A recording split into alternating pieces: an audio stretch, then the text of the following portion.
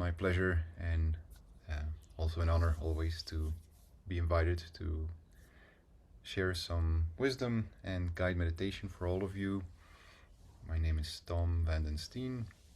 I'm a certified mindfulness and meditation instructor, and I, yes, I am very happy to talk about one of the passions that I have, which is connecting Eastern wisdom with Western science. And today, the Western science is connected to quantum physics.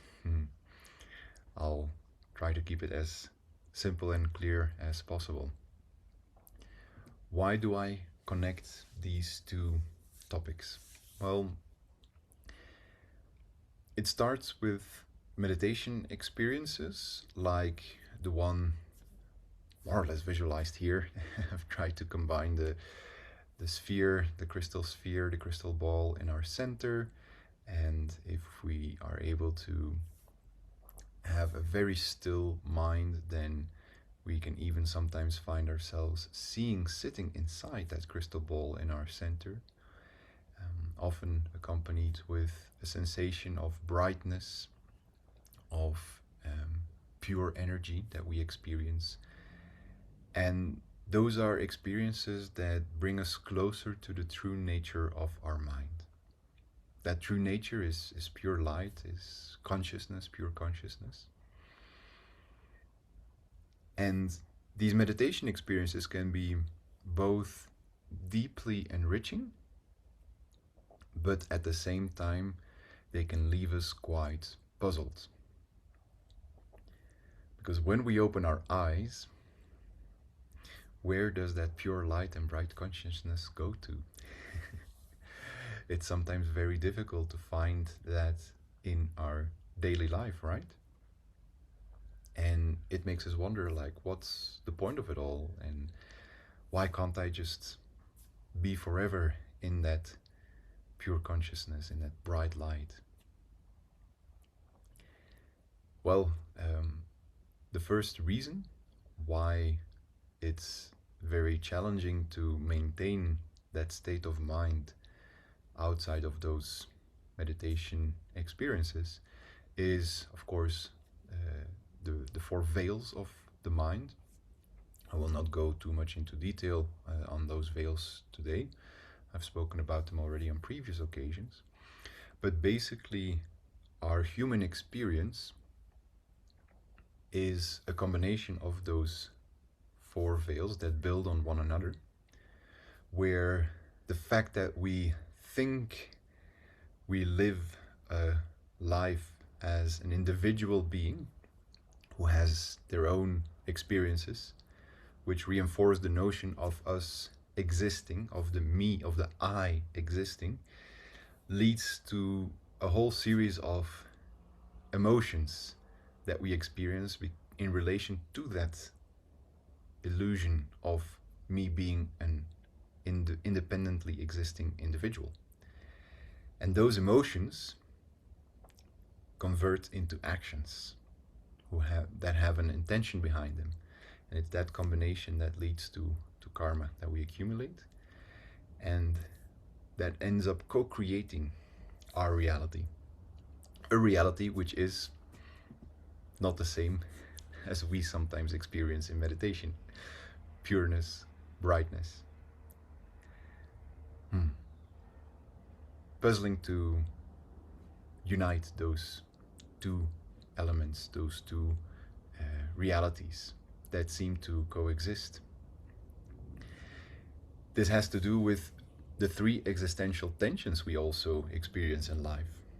We want life to be predictable, yet reality is that life is unpredictable, it's uncertain. We can't predict the future with 100% certainty. Not even weather forecasts can. We want life, as soon as we kind of have figured out how to have, a happy, comfortable life, we would like that to remain constant. Yet, reality changes all the time, so what works for us today does not necessarily work for us tomorrow. So we are constantly also pushed to reinvent ourselves in the face of that changing reality, to redefine what is that point of balance for us. And many of us behave as if we were eternal beings, yet reality is that we are mortal. And even though we know that we will die at some point, our behavior isn't really infused by that awareness of us being mortal. In fact, that's also one of the recommendations the Buddha gave to his disciples. Every breath that you take, you should be aware of your mortality. And that is how you can be fully in the present. Quite a challenging recommendation, for sure. But so these are three tensions. I call them existential tensions because they really touch the core of our existence that we are struggling with, and they're at the basis of unhappiness in people's lives. I would really dare to state that, the basis of unhappiness, which invites us to think, how can we overcome these tensions? How can we overcome these tensions, which are quite connected to that tension that arises from us experiencing inner peace, deep inner peace, pure bright light, pure consciousness in some of our meditations, and the reality that we live in our daily life. And that's where I would like to invite quantum physics to shed us a new light on this tension. I won't go into the specifics of quantum physics, just to remind that up until early 20th century, the traditional Newtonian physics were the dominant way of understanding the world. And, well, Newton allegedly discovered his understanding of physics with an apple falling straight down from the tree. And so he started to analyze and come up with laws that are able to predict with certainty that if by applying a certain force to an object, it will land that much further, right? We can predict, we can control our reality. That is the basic essence of Newtonian physics. In the beginning of the 20th century, a whole new understanding of our reality emerged, which we have come to understand as quantum physics, when we go all the way to the level, to the reality of the smallest of all particles in the universe. And at that level, we apparently are no longer control reality to predict. One of the most known experiments in that sense is the double slit experience, which you see in the bottom left part of this slide, which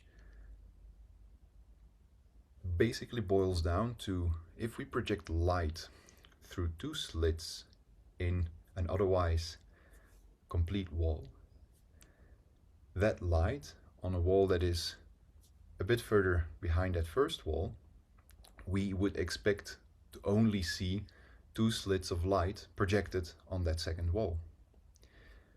This holds true when there is an observer present in the experiment. However, if we remove the observer and we just allow that second wall to capture the light particles, we end up with a much more confused picture with lots of light particles all over, scattered all over that wall. So it seems that when we remove the observer from the experiment, light no longer obeys those laws of predictability. Now let's project this understanding on the mind and on who we are, how we behave, and how that is connected to the notion, the understandings generated through quantum physics. And I borrow here this image from the Mindsight Institute, which has done quite a lot of interesting work in this respect. In quantum physics, the near 0% state of being is equaled with the plane of infinite possibilities. It's that state where everything is possible, where the smallest particle of the universe holds or contains the whole universe. You have probably heard of the famous quote, you're not just a drop in the ocean, you're the ocean, the whole ocean in one drop. That's that same metaphor that applies to the plane of infinite possibilities. At the near 0%, everything is possible. What such a particle becomes is the result of an intersection of awareness and those possibilities that then manifest themselves into reality.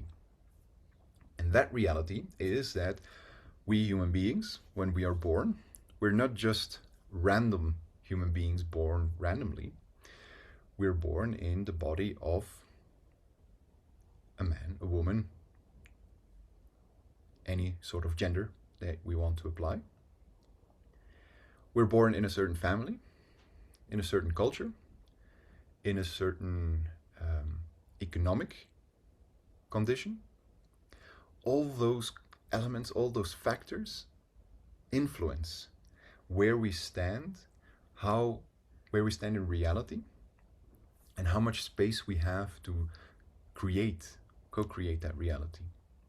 So that is where you see the small pyramid coming up, which says state of mind. Our state of mind sits somewhere between 0 and 100%, with 100% being the reality that we experience. So our state of mind is not sitting at that level of full reality, it's sitting lower. And depending how low below that 100%, it determines what probabilities we have to manifest this or that reality. That is why this is also called the curve of probabilities, from infinite possibilities to the actual reality. People who suffer depression or great anxiety, their state of mind typically sits very close to the 100% reality. That means that everything that happens in their life is being looked upon through only one possible lens. That of, for example, I'm not worthy, I'm not capable.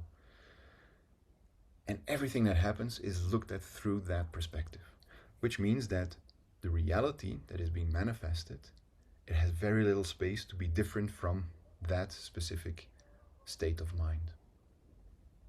All our thoughts, all our emotions are negative. There's only one possible interpretation.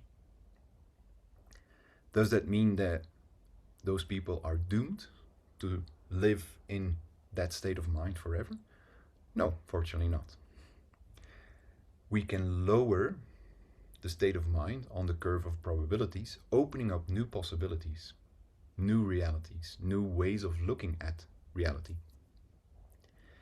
And that is exactly what happens through meditation, as one of the key practices of supporting a happy life, a life of mental well-being.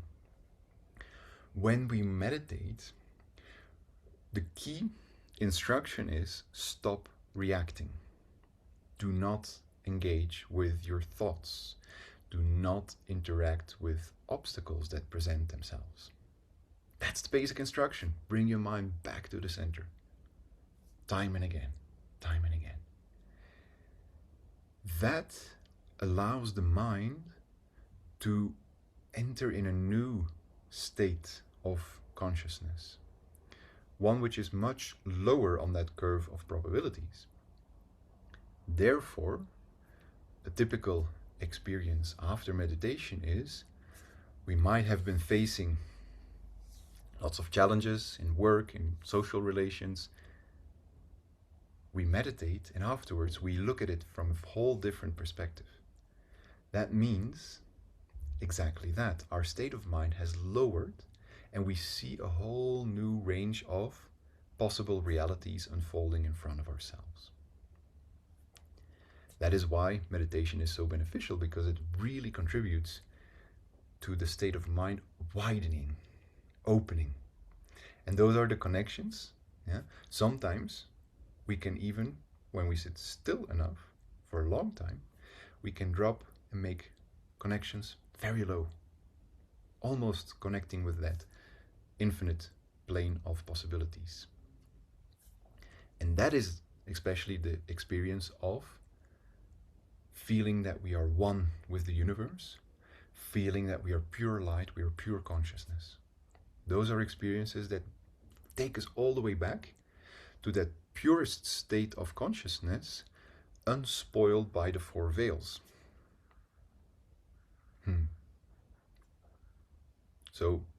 So far, that's the theoretical explanation of what happens during meditation with our mind and how we can look at it from a different perspective, understanding the tension between reality and what we sometimes experience in meditation.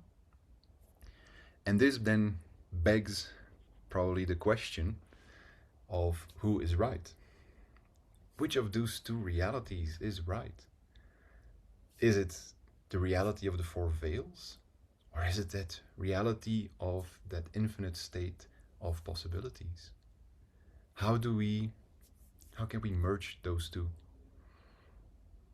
And that's the magic also of meditation, where by entering in a state of calm and consciousness, we're able to gradually connect both the Newtonian physical reality with the quantum physics reality.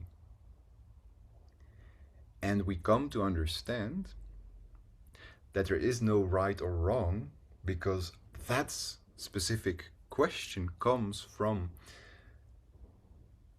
a mindset of duality. The beauty of meditation is that it opens a window to a state of being where the two coexist. In fact, they coexist the whole time, so it's not about I want to live in this reality or that reality. The magic and the art of living is being able to merge the two into one. That was also the art and the magic of the discovery of the Buddha, being able to purify his mind completely. He was able to live, and he lived, he interacted with his disciples, with the world around him, having reached that state of ultimate awakening, shedding all the veils of his mind. It is possible to coexist. It is possible to live in this physical, material world where we seem to be individuals interacting with each other, while at the same time our state of mind is perfectly aware of the unity of how we're all connected, how our reality is in fact a co-creation of our mind with all those external factors. And that is the challenge. That is the challenge. That is the tension that is behind those three tensions that I explained earlier that we experience in life. So the key to living is to be happy, is to understand the impermanence of nature. It's to be aware of our mortality. It's to understand the unpredictability of reality, knowing that we are interacting in this world with so many others, yet being able to maintain ourselves in our center, continuously purifying the veils of our mind, the impurities of our mind, until we are able to live in a state where that pure consciousness can coexist, manifest itself through us in relation to the world where everything seems dominated by the Newtonian physics. But we coexist on a quantum physical level where our consciousness knows how that reality works. Words do not do justice. The only way actually out of this conundrum is to experience it. Which is why I'm going to invite us all to meditate together with an open mind, free of expectations. Those are one of the biggest hindrances in meditation. Just allow your mind to be happy. If you can succeed in meditating through the time that we will be sitting here together, being happy on every single moment, you've had a fantastic meditation. You've had a fantastic experience. So let's just try to be happy every single moment of this meditation. Enjoy the experience no matter what it is. Especially if we've had some deeper experiences, we tend to crave to repeat them. No need to do so. Approach each meditation as if it were the first. And just enjoy. Enjoy the ride. Enjoy the travel within. So let's find a comfortable sitting posture. One where our back is naturally upright, our shoulders relaxingly down, our chest wide open, the palms of our hands comfortably on our lap facing upwards. Our neck and head are slightly lifted with our chin gently tilted downwards. And we start inhaling a couple of times, slowly, gently, and deeply.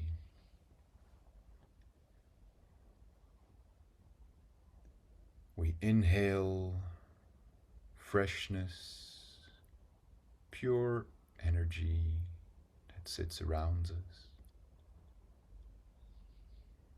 As we allow our eyelids to close softly.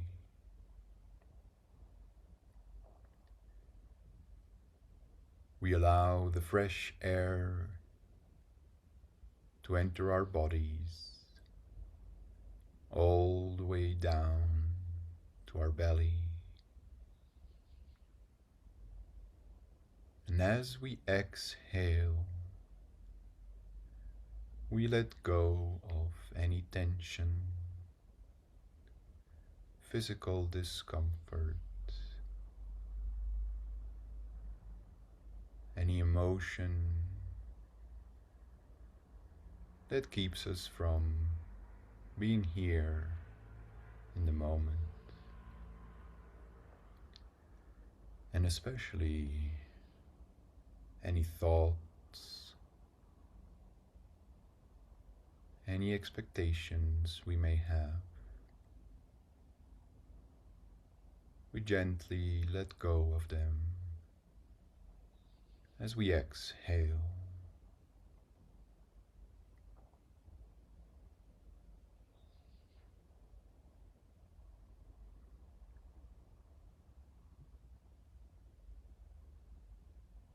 We take a moment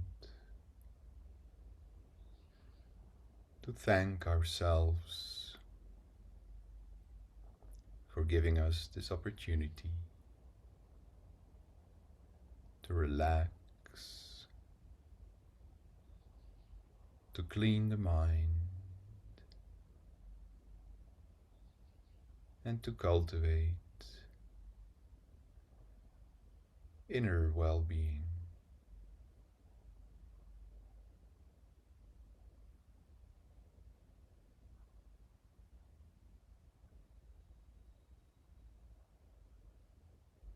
Taking the time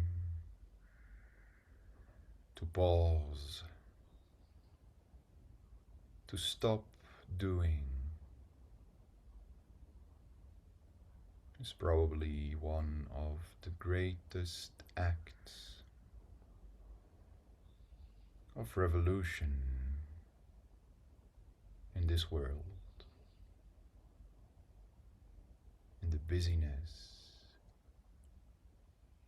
that characterizes our surroundings.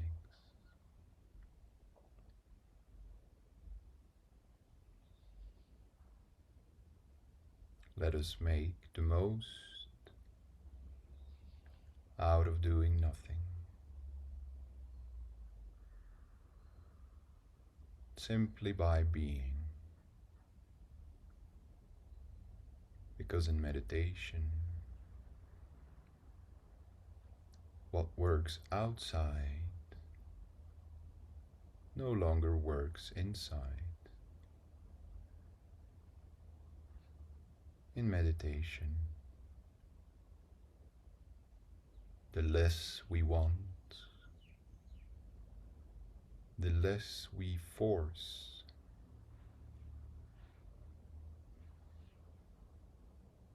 the more we will get.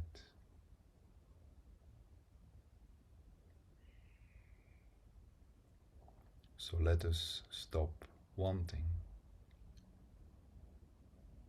and surrender to being. Let us relax our whole body, from the top of our head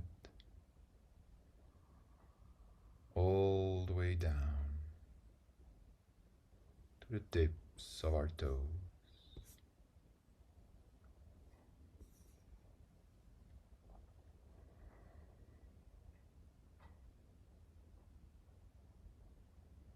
I take time to pass by every part of my body, making sure I relax, making sure every part feels comfortable.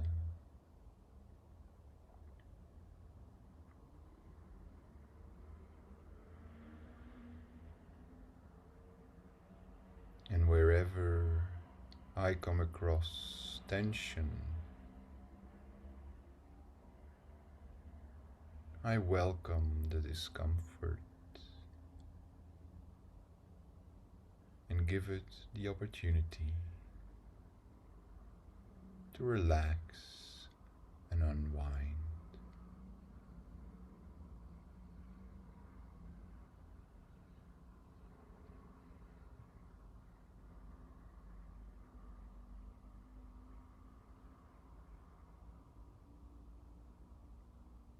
As I allow the relaxation to settle in my skin,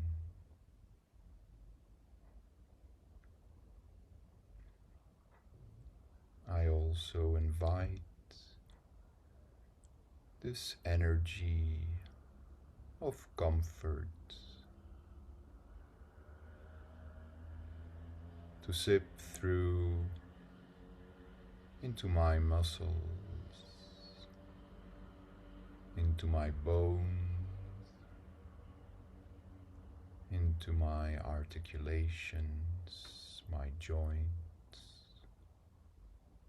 and my organs.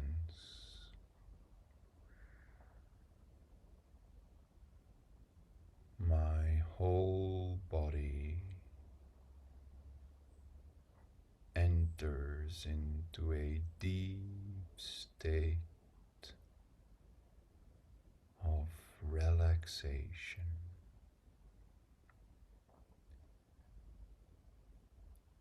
of profound well-being.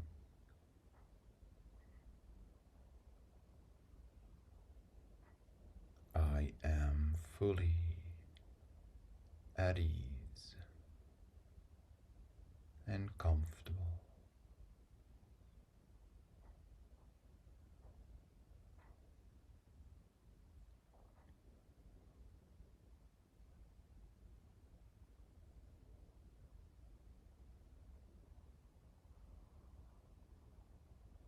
It is as if my body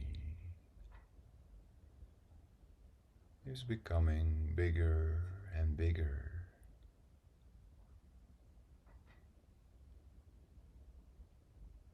Space opens up between each particle of my being.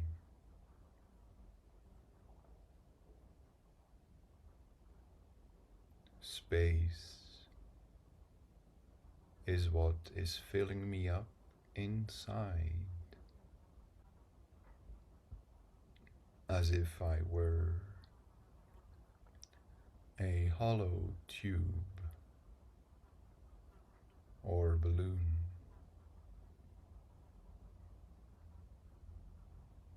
empty inside,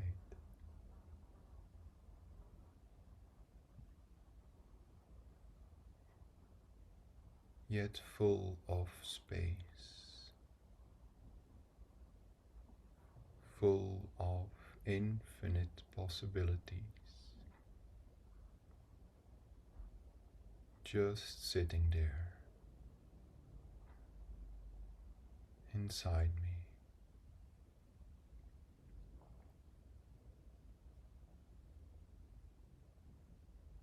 The easiest way to connect with this space inside me is to be happy, is to invite the Sabai feeling by recalling whatever memory of feeling unconditionally happy, fulfilled, of feeling completely free in the flow.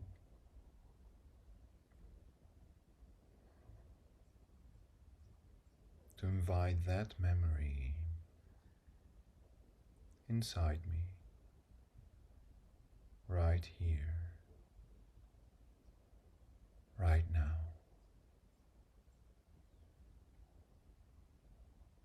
and to amplify that sensation of freedom, fulfillment, and true happiness, making sure that every particle of my being vibrates that Sabai feeling.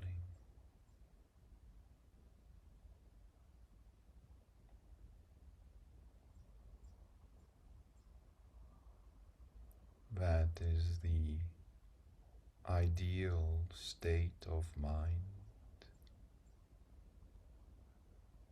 filled with positivity,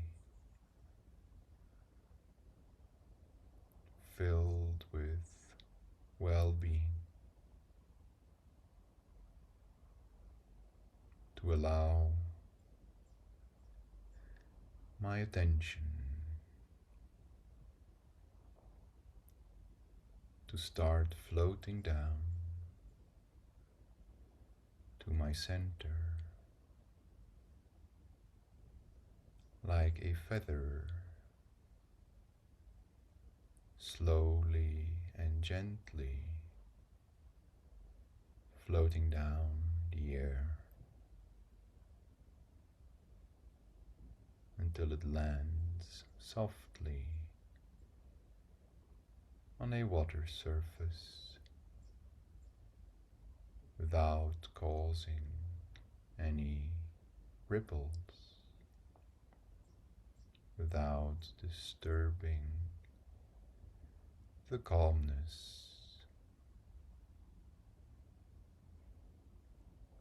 with that same gentleness.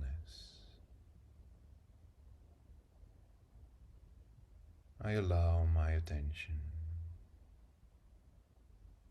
to land in the center of my body, in the middle of that vast empty space inside me.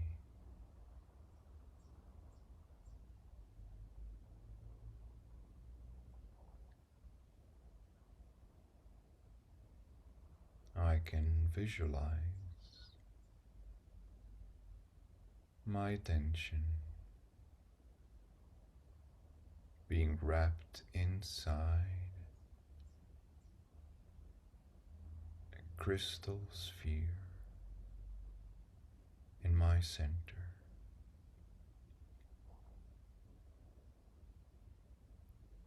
as if it is me sitting there in a safe space, protected by the purity of the crystal sphere in my center.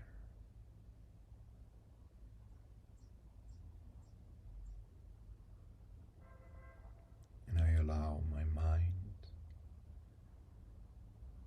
to connect with that purity,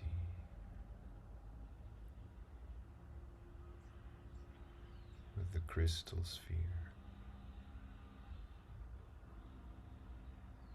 in my center.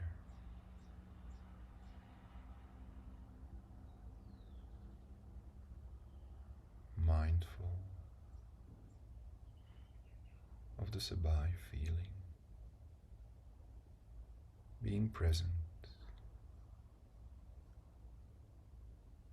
every step of the way inside myself.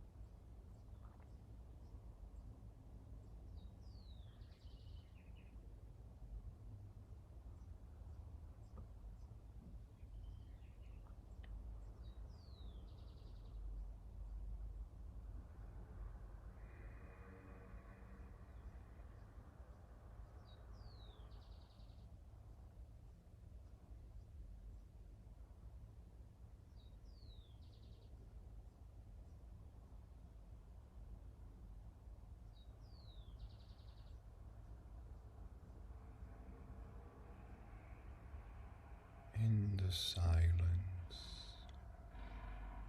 of the crystal sphere in my center space,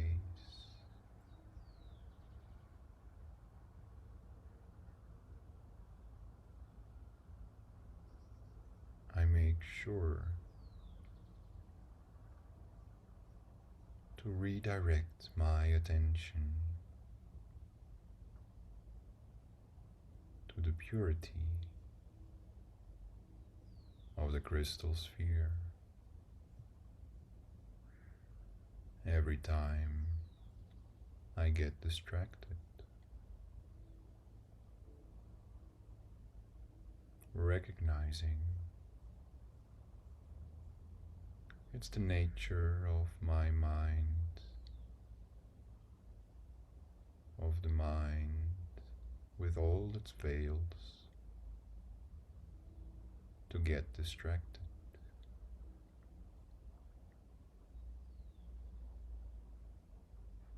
Recognizing that the pure nature of my mind is bright, untainted,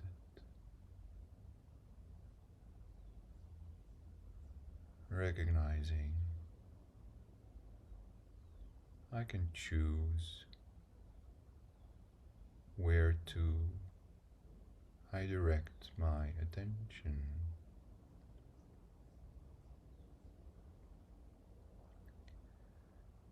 inviting myself to redirect my attention to that inner brightness, to the innate purity of my mind sitting still in my center.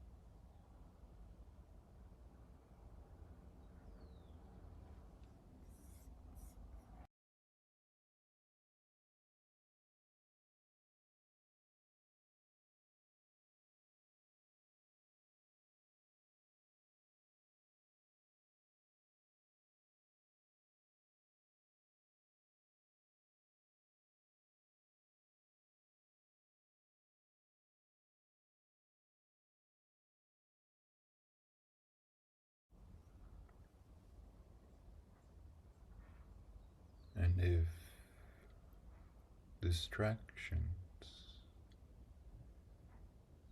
coming from the inside or the outside, if they persist, I can also allow the mantra to resonate, to feel its vibration coming out of my center, inviting my mind back home to its pure nature of calm and purity.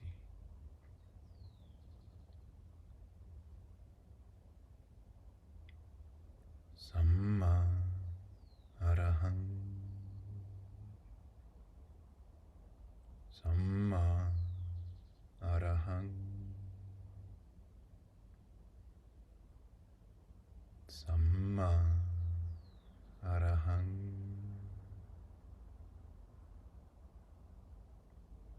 Samma Arahang, Samma Arahang, Samma Arahang, Samma Arahang,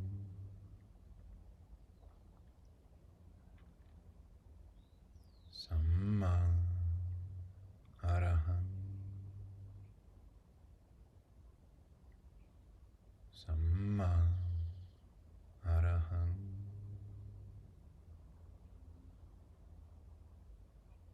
Samma Arahang.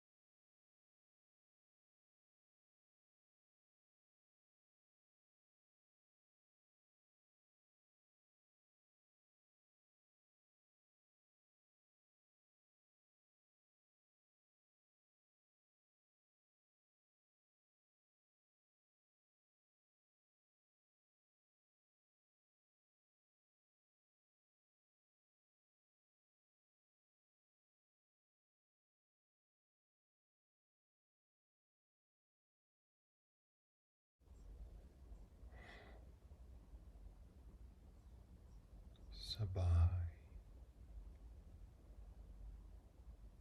relaxed and content with every experience.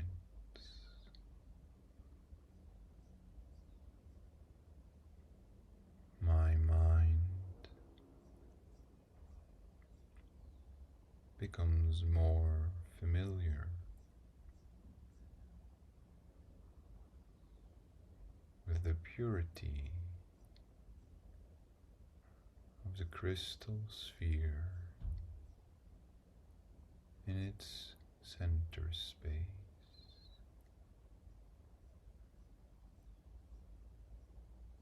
almost as if everything else starts to disappear.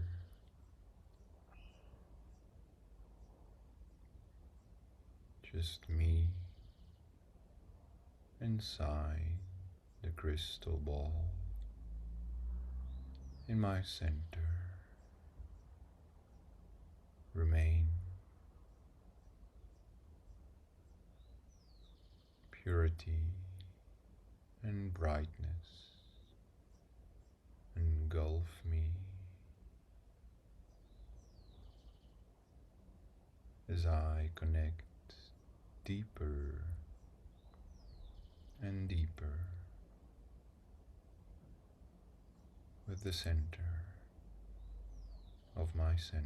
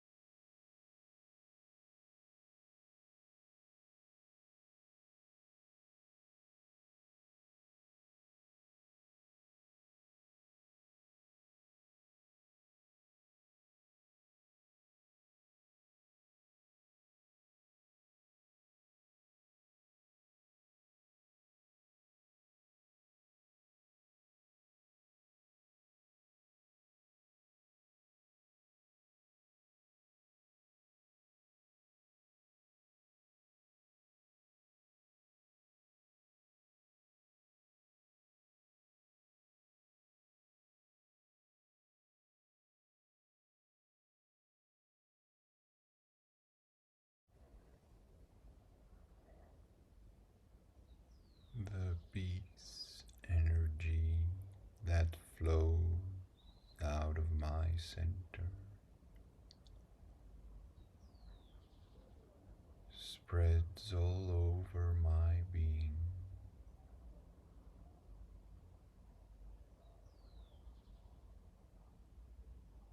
Whole my being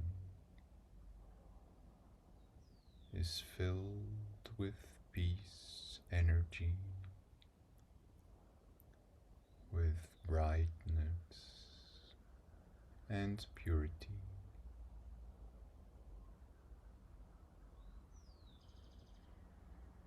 I am pure. I am light. I am love.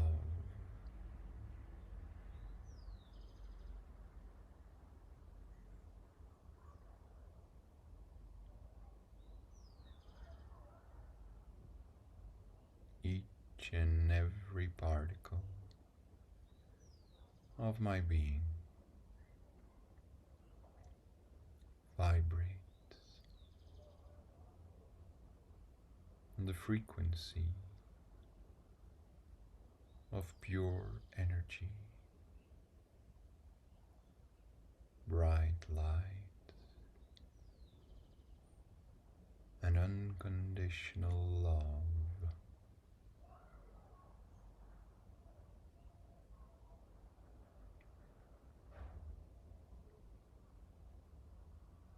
I am so full of this peace energy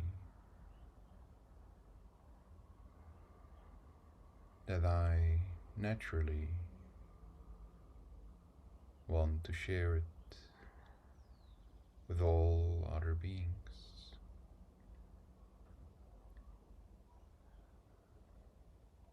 Starting in this opportunity with my spiritual masters,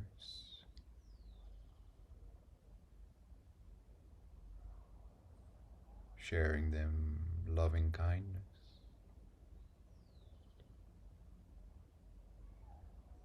for their work and inspiration.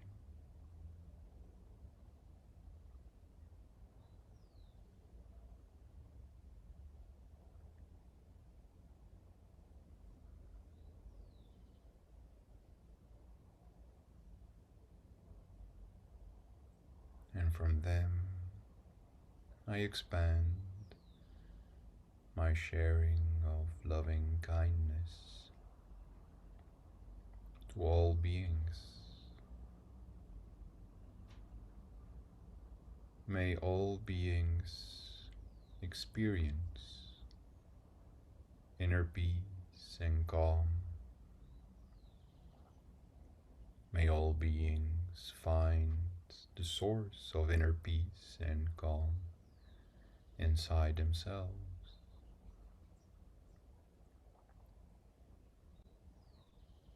May all beings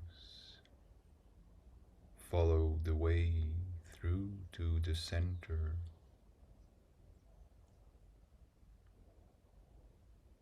to the source of infinite purity, of full awakening. May all beings on their journey inside start sharing their inner peace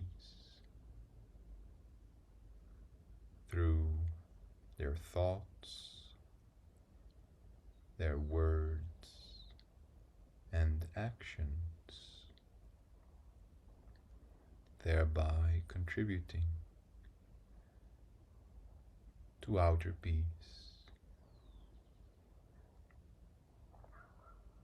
May all beings be happy, be peaceful, be liberated from any negativity, free from harm and danger, free from violence and war. May all beings be happy, happy, happy.